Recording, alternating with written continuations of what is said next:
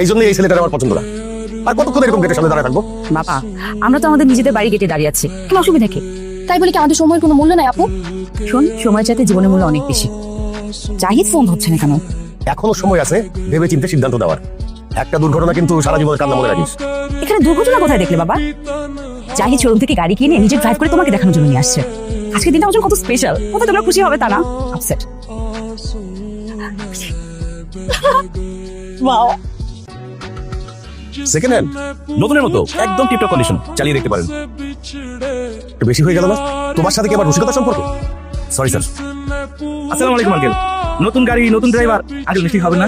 তোমরা এই যুগের ছেলে মেয়েরা একটু দুই লাইন বেশি বুঝো। ওর নাম জাহিদ, আবার বড় মেয়ের সাথে বিয়ের কথাবার্তা চলতেছে, এখনো ফাইনাল হয় নাই। গাড়ি কিনে নিয়ে আসছে আমার দেখাইতে। মাশাআল্লাহ, সুন্দর আছে, পাত্র আমার পছন্দ হয়েছে। চুপ থাকো। গাড়ি কিছু খুশি হয়েছি, ফ্ল্যাট কিনবা কবে? অফিসের সাথে কথা হয়েছে, বিয়ের 6 মাস পর হোম লোনটা অ্যাপ্রুভ হয়ে যাবে, তখন কিনবো। গাড়ি যখন হয়ে গেছে, বাড়িও ইনশাআল্লাহ হয়ে যাবে। হ্যাঁ বাবা, তোমার দোয়া থাকলে আমাদের সব হবে ইনশাআল্লাহ। আরে দোস্ত, কি বলেন আপনি? তো যাবেন আপনি, ক্যান্সেল করেন, আমি কেন ক্যান্সেল করবো? কি একটা সমস্যা, এখন গাড়ি কই পাবো আবার? আপনি কোথায় যাবেন? বনানি যাবো, দেখেন না যে কল ধরে এখন রাইডার ক্যান্সেল করে দিল। আমার অফিস তো ওইদিকেই।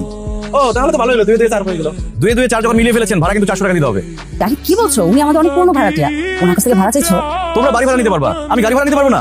দেখো, কিছু জমানো টাকার ব্যাংক লোন দিয়ে গাড়িটা কিনেছি, কিস্তির টাকা শোধ করতে হলে ট্রিপ মারতেই হবে। হ্যাঁ, ওনার কথায় তো যুক্তি আছে। আচ্ছা, ভাড়া 400 টাকা না 300 টাকা দিবা? ঠিক আছে, আমার হবু শ্বশুরের ভাড়াটিয়া হিসেবে 100 টাকা ডিসকাউন্ট দিয়ে দিলাম। আমার একটু তাড়া আছে, একটু সব ঠিক আছে, চলেন। আমি আমার কথা রেখেছি, আশা করি আপনি আপনার কথা রাখবেন। আসি, আসসালামু আলাইকুম। আসি। যেই ছেলে নিজে গাড়ি কিনে ভাড়া চালাতে পারে, সেই ছেলে ফ্ল্যাট কিনে আরেকটা রুম যে সাবলেট দিবে না, তার কি নিশ্চয়তা? যত সব অফিসে সকাল সকাল একদম মিষ্টি খাওয়া শুরু হয়ে গেছে। কোনো অর্ডার কনফার্ম হয়েছে নাকি?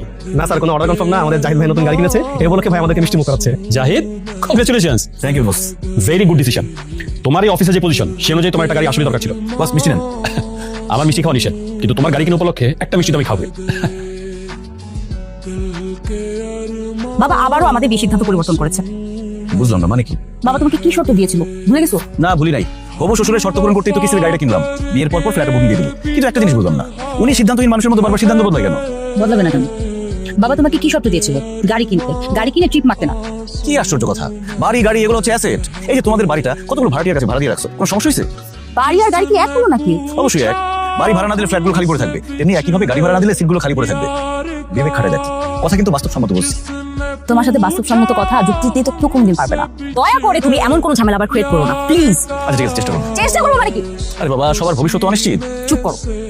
তুমি যদি আর কোনো ঝামেলা করো, আমি তোমার লাইফ থেকে অনিশ্চিত হয়ে যাবো। দেখো, হ্যালো, তুমি কি রাস্তায় এত রাতে বাইরে কি করো?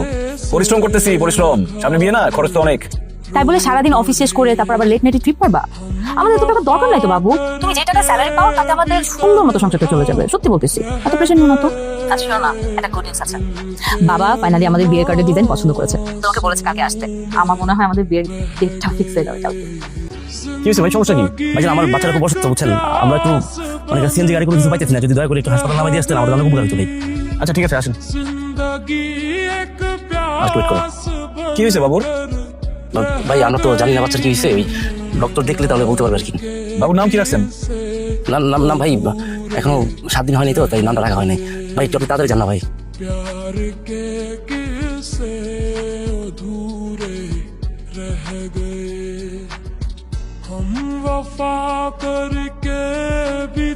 ভাইজান অনেক বড় ভুল করছেন, আমি কিছু ভাড়া দিয়ে দিই? না না, ভাড়া দেওয়া লাগবে না, আমার বাসাতে এদিকে যাচ্ছিলাম আমি। ঠিক আছে, ধন্যবাদ ভাই।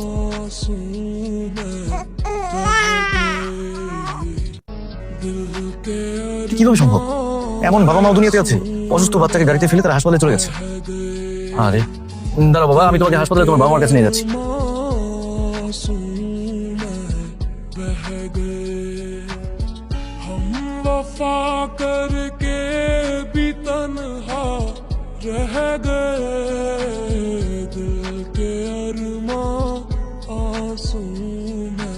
বাচ্চা ঠিক আছে, ভয় কোনো কারণ নেই, সুস্থ আছে।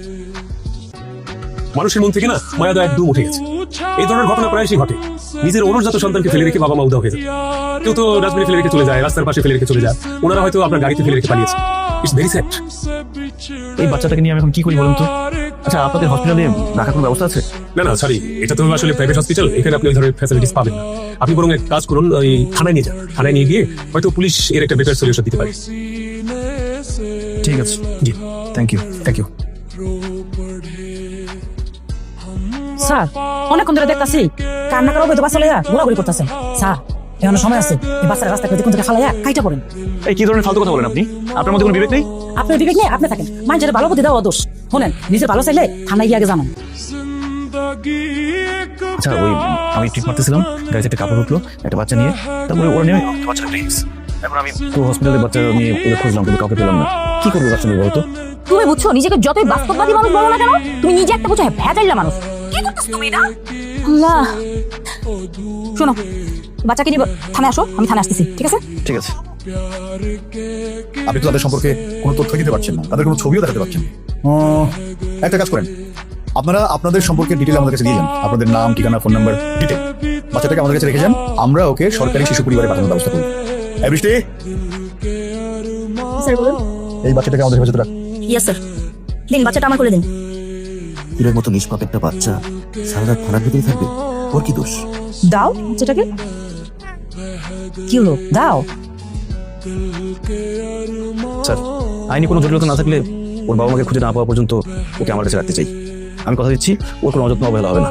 আপনার কাছে রাখার অনুমতি দেওয়ার ব্যক্তিগত আমার নেই, আপনাকে ডিলি করতে হবে। সমাজ কল্যাণ মন্ত্রণালয় থেকে আপনার গার্ডিয়ানশিপের অনুমতি আনতে হবে, তারপরে আপনি আপনার বাচ্চাটাকে আপনার কাছে রাখতে পারবেন। তবুও মানবিক দিক বিবেচনা করে আপনার কাছে আমি রাখতে দিচ্ছি, তবে সেক্ষেত্রে আপনার একটা লিখিত দেওয়া লাগবে। বৃষ্টি, ওনাকে ডিউটি অফিসারের কাছে নিয়ে যাও, নিয়ে গিয়ে ওনার লিখিত রেখে দাও। জানো না সত্যি। আচ্ছা সত্যি করে বলো তো বাচ্চাটা কার, কোথায় পেয়েছো? ওসি সাহেবের মধ্যে তুমি আমাকে সন্দেহ করছো নাকি? দুদিন পর আমাদের বিয়ে। জাহিদ, আমি তোকে বারবার বলেছি কোন ধরনের ঝামেলা বাঁধিও না, কিন্তু তুমি এখন কথা শুনে না, এই ঝামেলা কাঁধে নিয়ে আসছো। তুমি ঝামেলা বলছো কেন? বলো যে আমানত, যেভাবেই হোক ওর মা বাবাকে আমি খুঁজে বের করবো। তুমি এইসব করতে গিয়ে দেখবে একদিন আমাকে খুঁজে পাবে না, ঠিক আছে? কালকে যেন আমি বাচ্চাটাকে আর তোমার কাছে না দেখি। তোমার পাশে বাচ্চার কান্নার আওয়াজ পেলাম তো, এই জন্য আসলাম।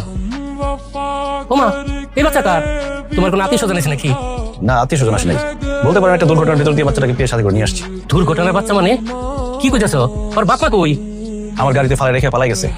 আরে নিষ্পাপ বাচ্চাটা মায়ের আদর আর দুধের অভাবে কাঁদতেছে। বুঝছি, লম্পট প্রেমিক প্রেমিকার পাপের ফসল, তারও সন্তান। বাবাজি, এই বাচ্চারা তুমি বাসা নিয়ে আসা কাজটা ঠিক করো না কিন্তু। কি বলেন আঙ্কেল? একটা নিষ্পাপ বাচ্চা, ফেরেশতার মতো। বাবাজি, তুমি একটা ভালো জব করো। তুমি বেতনের সত্ত্বেও আমি কিন্তু তোমার কথাবার্তা আর ভদ্রতা দেখে তোমার বাসা ভাড়া দিছি। বাড়িওয়ালা হিসেবে আমার কিন্তু সমাজে সবকিছু মেনে চলতে হয়।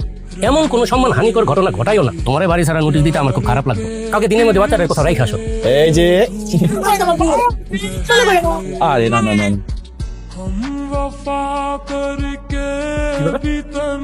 বাচ্চা আসো কোথায়? বস আমি নিয়ে আসছি। তুমি নিয়ে আসছো মানে? কার বাচ্চা? এই আমার গাড়িতে কাপড় ফেলে গেছে, কি করবো তাই সাথে করে নিয়ে আসছি। হোয়াট? বাচ্চা গাড়িতে ফেলে গেছে, সেই বাচ্চাটা তুমি অফিসে চলে আসছো? আরে তোমরা এখানে কি ডেস্কে যাও, আর তুমি রুমে আসো। জি স্যার। জাহিদ, তোমার মতো এরকম একজন মানুষের কাছ থেকে এই ধরনের ইনসেনসিটিভিটি কিন্তু আমি একদমই আশা করিনি। মানলাম যে তোমার সাথে একটা আনওয়ান্টেড ঘটনা ঘটে গেছে, কিন্তু এই পরিস্থিতিটা তো তুমি ভিন্নভাবে হ্যান্ডেল করতে পারতা। নাম পরিচয় একটা বাচ্চা নিয়ে তুমি সরাসরি অফিসে চলে আসছো। এখন এই বাচ্চা যদি ডিস্টার্ব করা শুরু করে, কান্নাকাটি করে, তাহলে কি তুমি অফিস সামলাবা নাকি বাচ্চা সামলাবা? বস, আমার কয়েকটা দিন ছুটি লাগবে। আমার বিশ্বাস ওর মা বাবাকে আমি খুঁজে বার করবো। Are you out of your mind? তুমি খুব ভালো করে জানো যে ফরেন ক্লায়েন্টের সাথে আগামী এক সপ্তাহ তোমার মিটিং ফিক্স। এখানে অন্য কোনো রিপ্লেসমেন্ট নাই, তোমার কাজ অন্য কেউ করতে পারবে না। আর মিটিংগুলো যদি না হয়, আমাদের প্রজেক্ট আমাদের হাতে আসবে এবং কোটি টাকা লস হবে। তুমি বরং কাজ করো, আজকে দিনটা সময় নাও, বাচ্চাটা একটা গতি করে আগামীকালকে থেকে একদম নিয়মিত অফিস করবে, ঠিক আছে? Come on Zahid, be matured. আবেগের বশবর্তী হয়ে কোনো উল্টাপাল্টা সিদ্ধান্ত কিন্তু তুমি নিতে চাও না, ঠিক আছে? যাও।